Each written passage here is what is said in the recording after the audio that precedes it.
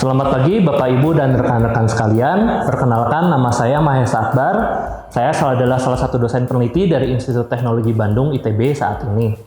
Nah, saya di sini akan berbagi sedikit tentang pekerjaan saya dan juga sedikit tentang keahlian saya, Bapak Ibu. Nah, kalau Bapak Ibu ingat, di awal-awal pandemik dulu, sebelumnya kita biasa bekerja dari kantor, anak-anak sekolah di sekolahannya gitu ya. Tiba-tiba kita harus bekerja dari rumah, work from home. Banyak yang bosan, banyak juga yang pusing ya Bapak Ibu, karena mungkin di rumah sambil bekerja, kita juga harus sambil ngurus anak, sekolah, dan lain sebagainya, urusan rumah tangga juga yang ada di rumah. Nah, anehnya kalau bagi saya, work from home itu atau kerja dari rumah itu justru bikin saya happy banget. Karena sejak kecil, sebetulnya saya ini orangnya introvert Bapak Ibu. Introvert itu apa? Kalau zaman dulu mungkin dibilangnya kuper ya, kurang pergaulan. Jadi saya tidak suka sebetulnya bergaul dengan teman-teman di luar gitu ya, karena bersosialisasi gitu ya, ngobrol sama orang itu jadi beban buat saya dan malah menghabiskan energi. Karena itu saya senangnya justru di rumah, gaulnya mungkin lebih sering sama, kalau zaman dulu ada Sega, Nintendo, PS, dan juga main game di komputer. Nah, saking dekatnya saya sama komputer, jadi pekerjaan saya juga nggak jauh-jauh dari komputer. Nah, kerjaan saya itu dibilang namanya bidangnya CAE atau CAE ya Bapak Ibu, Computer Aided Engineering. Ini mungkin Bapak Ibu yang lebih familiar dengan CAD atau CAD ya. Kalau CAD itu kita urusannya sampai menggambar. Nah, kalau CAE ini kita urusannya sampai melakukan berbagai macam analisis teknik ya dengan bantuan komputer atau software. Nah, dalam bidang CAE ini, jadi kita menggunakan software, program, atau aplikasi, maupun kita juga bisa mengembangkan program atau software sendiri untuk melakukan perhitungan maupun analisis yang sangat kompleks ya, yang mungkin tidak bisa kita lakukan atau membutuhkan usaha yang sangat besar jika kita melakukan perhitungan secara manual ya, contohnya Bapak Ibu. Mudahnya, misalkan di sini kita menggunakan suatu fitur atau formula dalam software atau program tertentu. Misalkan kita mau menganalisis struktur bangunan ya Bapak Ibu. Jadi kita tinggal memasukkan dimensi bangunannya, material bangunannya, dan kemudian pembebanan yang mau kita analisis seperti apa. Kita pencet tuh enter, langsung keluar hasilnya.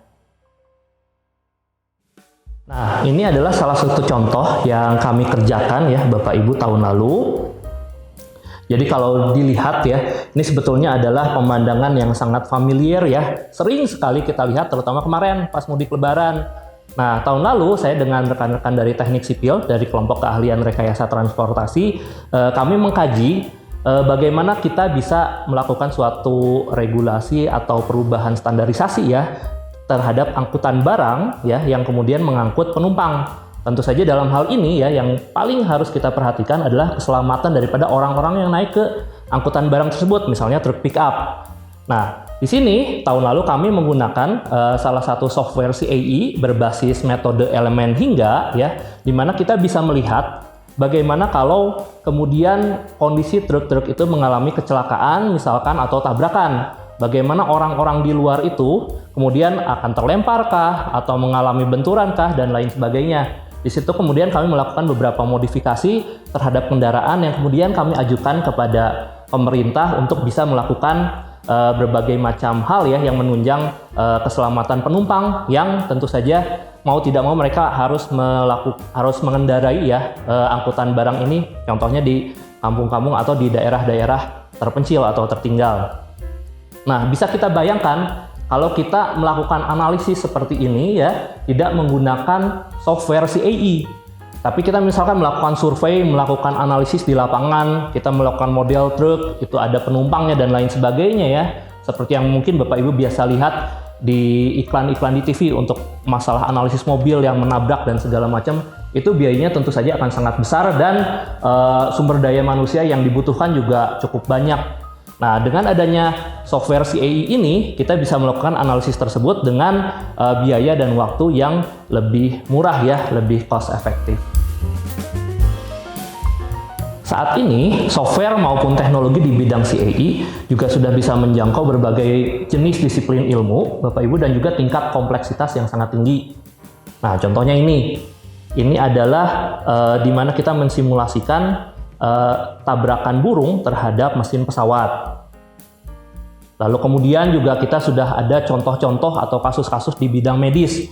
Contohnya di sini seperti analisis aliran darah dalam pembuluh darah. Kemudian juga sudah banyak kita mencoba material-material baru ya untuk mengganti organ-organ, atau misalkan kita melakukan contohnya seperti stent ya, stent atau ring di jantung, itu juga menganalisis materialnya, itu kita bisa menggunakan juga software CAE. Pada umumnya, software-software CAE ini dibuat oleh suatu perusahaan tertentu ya, yang membuat atau mengembangkan program-program dan software-software tersebut. Tapi tidak jarang juga ya, contohnya seperti tempat kerja saya sebelumnya di salah satu perusahaan engineering di luar negeri, mereka sudah tidak lagi menggunakan software dari perusahaan lain, tapi mereka mengembangkan software CAE sendiri untuk kemudian mereka gunakan untuk menganalisis pekerjaan engineering bagi perusahaan mereka sendiri. Nah, kelihatannya sangat luar biasa ya Bapak Ibu, kita bisa melakukan berbagai macam hal, analisis teknik, segala macam yang rumit-rumit dengan cuma duduk manis di depan laptop atau komputer. Nah, ternyata tapi kalau saya sudah kembali lagi ke Indonesia beberapa tahun lalu, kemudian saya melihat perkembangan teknologi CAE di Indonesia dan penggunaannya di berbagai industri dan instansi di Indonesia. Salah satu di antaranya yang saya soroti adalah masih banyak juga ternyata orang-orang yang belum tahu bahwa mereka ini memerlukan teknologi CAE. Dan bahkan pengalaman saya sebagai praktisi atau konsultan di bidang engineering, masih ada juga orang-orang yang kelihatannya melihat teknologi CAE atau software-software CAE ini terlalu canggih, terlalu detail. Kadang dibilang, mas kalau ini mah terkesannya seperti penelitian. Padahal itu juga bisa kita gunakan untuk industri dan instansi tertentu. Namun demikian, Bapak Ibu, sebetulnya rekan-rekan saya di industri ya, di perusahaan engineering di Indonesia sudah banyak juga yang familiar dengan teknologi CAE. Contohnya mereka mengenal metode-metode komputasional seperti metode elemen hingga atau finite element method, kemudian computational fluid dynamic atau CFD ya. Cuman memang layaknya penggunaan atau implementasi software masih banyak juga, meskipun sudah familiar, belum mampu mengoptimalkan kemampuan software-software tertentu ya. Contohnya mudahnya kalau kita analogikan dalam menggunakan Microsoft Excel ya. Microsoft Excel kita biasanya hanya menggunakan perhitungan-perhitungan, tapi kemudian sebetulnya kita bisa melakukan analisis-analisis yang lebih kompleks gitu ya dengan formula atau fitur-fitur yang ada di Excel. Nah, itu adalah contoh di mana kita bisa mengoptimalkan kemampuan suatu software ya. Contohnya dalam hal ini di bidang atau teknologi CAE. Jika saya lihat ya Bapak Ibu, karena Indonesia saat ini katanya mau memasuki era industri 4.0 ya atau 4.0, saya lihat jika kita bisa unggul atau jika kita bisa lebih mengoptimalkan teknologi di bidang CAE ini ya, karena kedepannya di industri 4.0 ini ada salah satu topik atau teknologi namanya digital twin ya. Digital twin tentunya twin artinya kembaran ya, jadi kita di masa depan kemungkinan besar setiap objek, setiap makhluk, setiap sistem itu akan memiliki kembarannya di dunia digital, artinya di dalam komputer ya Bapak Ibu. Dengan demikian, teknologi-teknologi atau bidang seperti CAE atau CAD ya, dan bahkan sekarang ada CAM, di mana M-nya itu manufacturing, di dunia ini akan semakin marak ya, dan akan semakin fokus ke arah sana. Contohnya untuk menyongsong industri 4.0 atau era digital twin. Nah, kalau saya sendiri ya sebagai praktisi dan juga engineer maupun juga akademisi dan peneliti di bidang CAE, komputer itu atau laptop itu sudah seperti keluarga saya ya Bapak Ibu. Jadi kalau dalam perjalanan karir saya ya saya selalu melihatnya bahwa laptop atau komputer itu bagi saya mampu menjembatani ya kita sebagai akademisi, peneliti maupun kita sebagai engineer ataupun kita juga bekerja di instansi yang tidak langsung terjun ke dunia teknis. Tapi itu semua bisa dijembatani dengan adanya laptop, khususnya bagi saya di pengalaman saya di bidang CAE ini.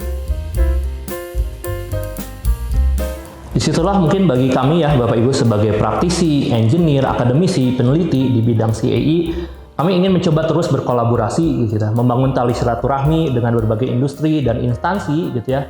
Intinya membuat hidup kita bersama bisa lebih mudah dengan CAE ini tentunya. Karena itu, meskipun ini adalah obrolan yang sangat singkat, saya harap bisa bermanfaat ya, membukakan wawasan bagi yang mungkin belum familiar dengan namanya CAE ini, atau mungkin bagi kita yang sudah familiar, kita bisa bersemangat ya untuk bisa berbuat lebih dengan teknologi di bidang CAE ini. Terima kasih, itu saja dari saya. Salam dari saya, Mahesa Akbar.